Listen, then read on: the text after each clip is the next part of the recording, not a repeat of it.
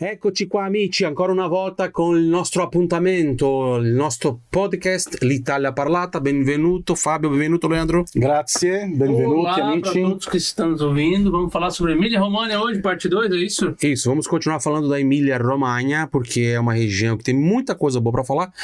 Isso é, toda a região da Itália tem, né? Enfim, dá pra falar horas e horas. Meno male. Mas hoje vamos falar de algumas coisas até relacionadas ao Brasil que tem na Emília-Romagna.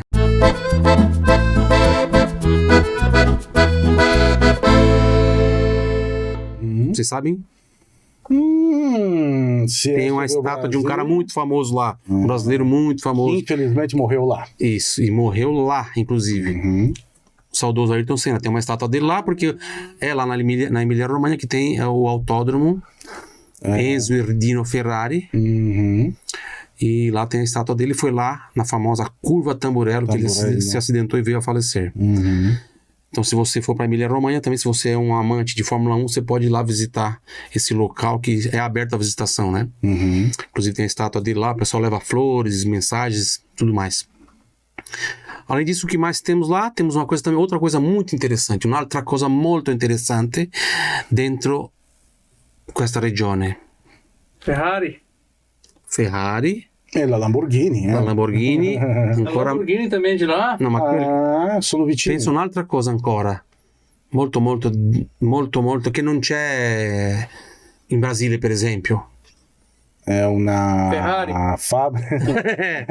È una fabbrica. Un altro paese. Ah, esatto. C'è un altro paese dentro ben ricordato. la regione di Emilia-Romagna. San Marino. San Marino. Como é que surgiu esse San Marino? Como é que surgiu?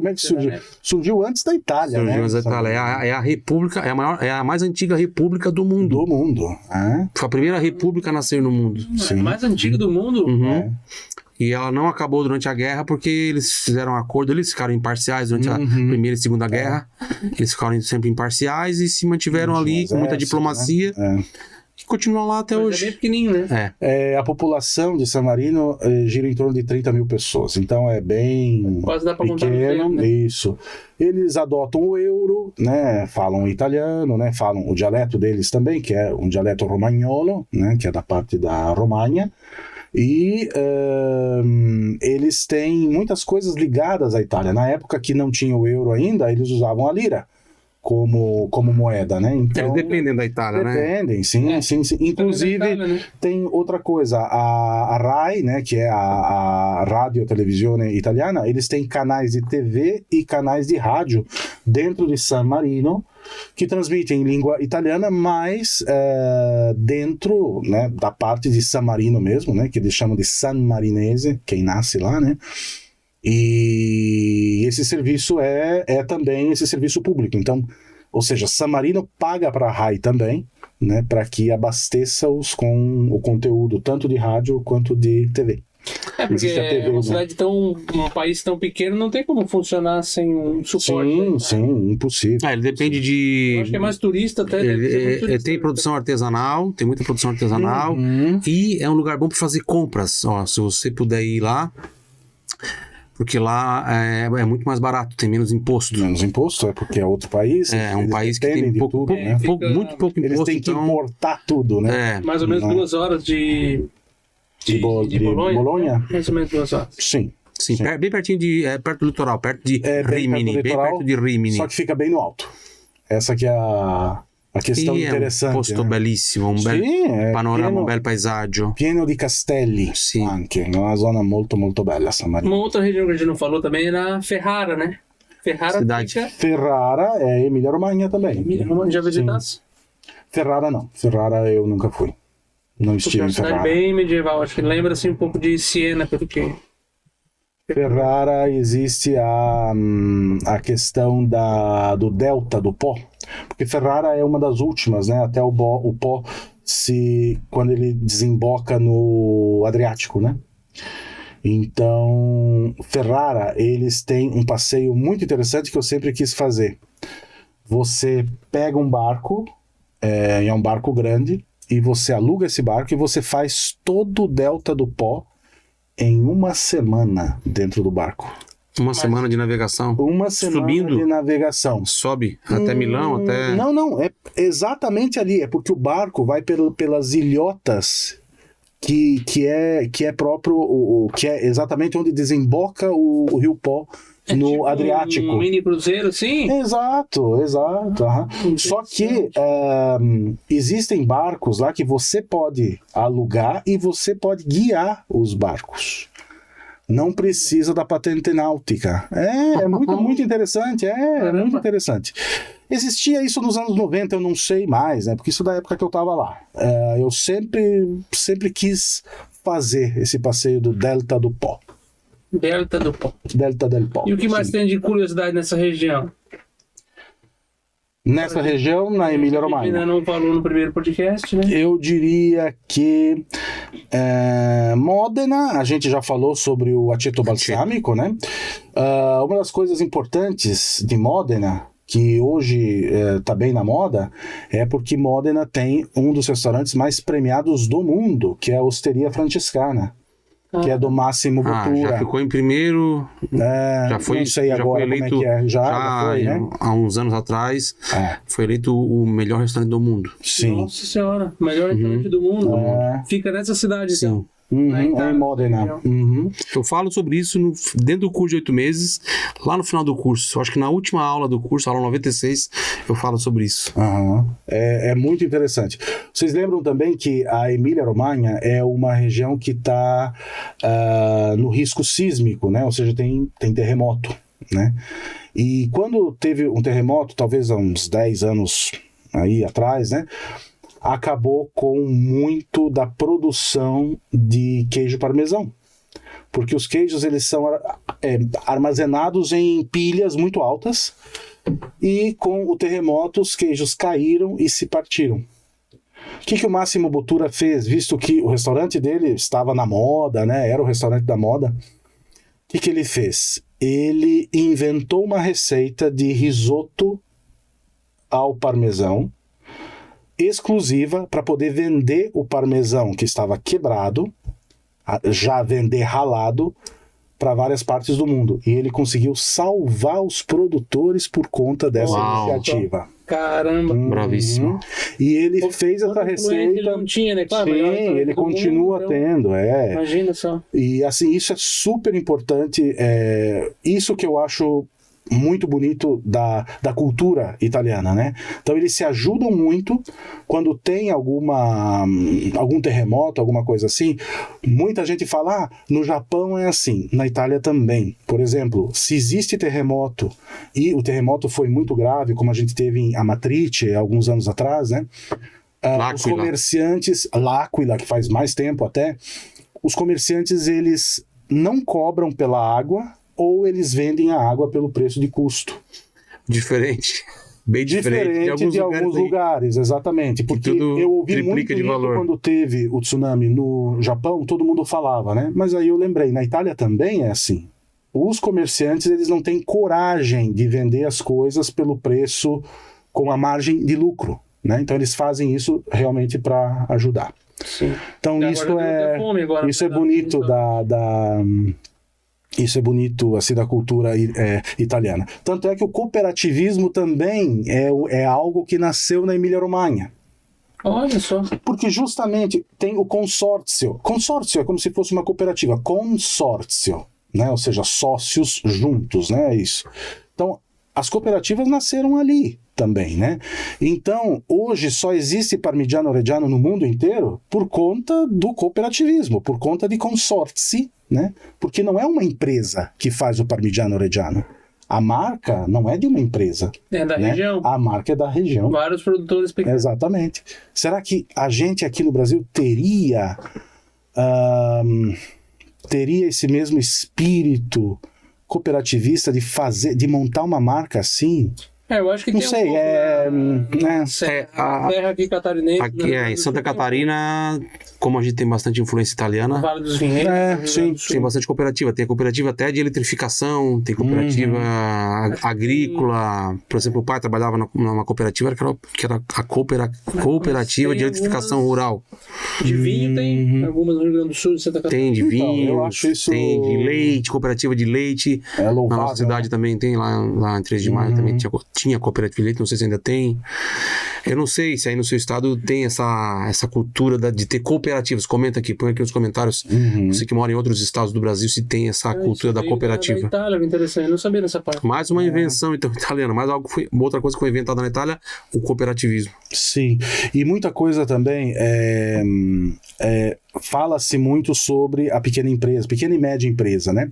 Mas o modelo que nós adotamos lá nos anos 90 aqui no Brasil também é o modelo italiano de média e pequena empresa, né? Exatamente a isenção de impostos e tudo mais que foi aplicado, porque antes não era assim. A Itália que começou com isso, com o incentivo à pequena e média empresa. Então esse modelo que nós temos aqui é um modelo italiano também. Olha, que bom. Né? Itália Eles fenomenal, são muito inteligentes. eles são muito inteligentes, né? Isso sem dúvida. Por causa do terreno. Do terreno, sim. O terreno sim, que tem muito de origem vulcânica, e isso faz ter mais magnésio. Então eles ingerem mais magnésio e ficam mais inteligentes. Pode ser, sim, Teoria exatamente. do professor Silvano. Teoria do professor Também Silvano. é um país que não o país em si, mas é uma região que já tinha uma tecnologia de muito tempo, né? Porque tem história de italianos que vieram para cá fazer ferrovia, por exemplo, porque ele fala, como assim não tem lá? Já tinha muito disso. Os imigrantes italianos quando vieram para cá, eles montaram muitas engenhos, fábricas, coisas que já tinha muito tempo lá, que era comum lá, ferramentas e tudo mais, né? Então, dizem que desde os romanos a gente já vê a engenharia o choque que eles tiveram quando eles vieram para o Brasil foi de voltar 500 anos no passado. É como se ele entrasse numa máquina do tempo e fosse 500 anos no passado. Porque aqui não tinha nada e lá eles já estavam bem avançados em muitas coisas. Apesar de que, na época da imigração, já havia há 100, 200 anos começado a Revolução Industrial e o norte da Itália estava ainda já um pouco defasado, já estava bem defasado, porque eles eram muito artesanais em tudo ainda. Ainda assim, eles já tinham muita tecnologia, eram muito engenhosos. Claro, isso desde o tempo do Império Romano, né? Os italianos... O povo que vive ali na Península Itálica e naquela época do Império Romano, numa região bem maior, eles eram sempre muito engenhosos. Basta ver a invenção do concreto, a invenção do arco, os aquedutos e a tecnologia, a estratégia militar. Eles sempre foram muito engenhosos. E é engraçado que isso veio desde Roma. Sim. Porque Roma era uma cidade, quando eles fundaram... Foi o que eu acabei de falar. Sim, mas eu digo assim, tem um outro detalhe que você não comentou, é que eles aceitavam muito povos diferentes. Os etruscos, não me lembro os nomes dos outros povos, eles aceitavam, tinha uma aceitação muito grande de vir povo de outro lugar. Aí quando começou a cidade de Roma, quando Roma foi fundada, era praticamente um pouco parecida com a história da formação da Austrália, sabe? Que era uma colônia de prisioneiros, né? Então Roma, pessoas que não eram aceitas em outros lugares iam para Roma e lá eles eram bem recebidos e aí... Mas isso trazia, por exemplo, tinha um povo que era melhor em engenharia, tinha outro povo que era melhor em agricultura, ia juntando tudo isso. Eu lembro que eu ouvia muito dos guias falar isso na Itália também. Você tá lembrando disso? Não me lembro. Mas não escutei isso. Isso é um pouco sim, Eu acho que a dificuldade também, a dificuldade e esse sentido de comunidade que eles têm, que aqui acho que falta um pouquinho. Por isso que eles conseguiram... Por isso que eles têm ciúme do lugar de onde eles vêm. Né? Não é só o amor, eles têm ciúme daquele lugar. E isso passa de pai para filho. Né? Geralmente, aqui, os italianos quase não se mudam do lugar de onde eles nasceram. Eles continuam morando lá. né? Então, eles têm uma ligação muito forte com o lugar de onde eles vêm. Isso eu assino embaixo, porque eu percebo isso nas falas dos italianos lá. Tanto aquele guia lá de Veneza, o quanto ele só faltava chorar falando das coisas de Veneza. Apaixonado pela cidade. O guia lá na Puglia também, só faltava chorar. Do jeito que ele falava da cidade dele, mas, sabe assim, tu sentia a paixão e o orgulho que eles têm da terra deles. Como também lá nas montanhas, lá na província de Roma, não na cidade, na província, aquela cidade que a gente foi lá no alto, que não precisa falar agora porque é uma cidade surpresa que a gente leva os alunos, a gente não pode falar aqui, mas como eles também falam das coisas que, isso aqui é feito aqui, a gente que faz, e eles têm lembra da fruta que eles falaram que essa fruta aqui a gente é daqui, tem no Brasil, tem essa fruta, sim, que é o melão, melone de não vou falar a cidade que não posso falar aqui, mas enfim, como eles têm orgulho de se produzir, esse produto é daqui, uma cidade de 500 habitantes, mas eles têm um orgulho do que eles fazem, da história deles também. Aí eles te levam para conhecer um prédio, naquele prédio, aqui teve o Giuseppe Garibaldi, aí eles te levam para um outro prédio, uma casa lá particular de uma senhora, e aí na parede tem uma pintura, aquela pintura foi feita por um pintor famoso e tal, e eles cuidam daquilo, eles têm um orgulho. É verdade. Né? Tem que lembrar também, é uma coisa, é incrível, né? Isso que tu falou, cara, Fábio, é muito, muito Nós forte mesmo. temos a presença do automóvel, né, muito recente na nossa história. Se a gente for ver a história do mundo, o automóvel nasceu há 1 segundo atrás, né? Se a gente for ver mesmo durante todo o tempo da história do homem, né? Então, vendo esses municípios que ficam com um acesso tão difícil, como que era você viajar de um município para outro, uma cidade para outra? Era muito difícil. Então, por isso que eles se acostumaram e valorizavam aquela comunidade, como que eles sobreviviam. Porque a presença do Estado faz muito pouco tempo que tem. Não tinha presença de Estado. Eles não eram nem registrados, né? Então eles viviam ali, eles construíam casas, eles que tinham que se organizar em relação à divisão dos terrenos do município. Né? Eles que tinham que dizer, não, mas essa parte é minha, essa parte é sua. Era assim, né? Então eu via isso mesmo, sabe? Em Trento também tinha registros lá de 1400, 1300, quando não era ainda o governo que tinha o domínio dessa divisão territorial, e sim os habitantes que tinham feito por eles mesmos. E também muito através da igreja, né? A igreja sempre teve esse papel, tutelando os arquivos, né? Tanto é que quando a gente faz buscas aí para processo de cidadania italiana, sim, até uma certa data você consegue encontrar no comune, ou enfim, no governo, digamos assim, nas esferas governamentais. No civil, né? No civil. Quando fica muito para trás no tempo, já não encontra. Aí tem que procurar os padres e recorrer às igrejas, que os registros eram só lá. Muito bem, mais alguma coisa da Emília-Romagna, ragazzi? E a Lamborghini é onde? Eu não sabia que a Lamborghini ficava na Emília-Romagna. Eles são vizinhos, né? Lá da Ferrari. Tanto é que tem aquela história, né? Que o Lamborghini, o Ferruccio, que era o filho do Lamborghini pai, que eles só produziam tratores, né? Só trator. Foi reclamar com o Ferrari um dia, falando assim, eu comprei uma Ferrari e é o seguinte, o senhor tem que mexer nessa embreagem, porque é muito dura. Aí o Ferrari olhou para ele e falou assim, vocês continuem a produzir tratores, que vocês ganham mais. Aí ele chegou em casa e falou pro pai dele, e ele falou, olha, eu quero produzir carros. Então vamos produzir carros. E aí saiu a primeira Lamborghini. E que hoje não é mais uma empresa italiana, Lamborghini, não é verdade? Acho que nem a Ferrari, é do grupo do... Agora eu não vou me lembrar. Stellantis? Stellantis, A Ferrari, eu lembro que a gente falava que era da Fiat. Eu esses dias comentei que acho que a empresa, a maior empresa que tem presença no mundo todo, italiana, entre aspas, acho que é ainda italiana, seria a Ferrero.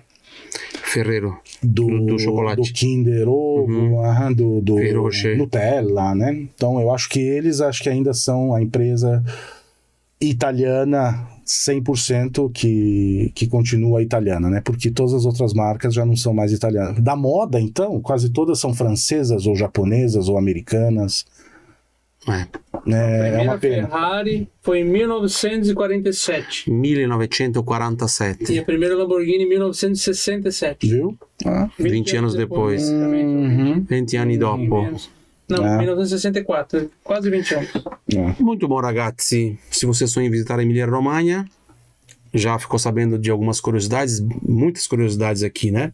Gostou do nosso podcast de hoje? Deixa o like, te inscreve aqui no canal se ainda não está inscrito. Arrivederci, alla prossima. Arrivederci.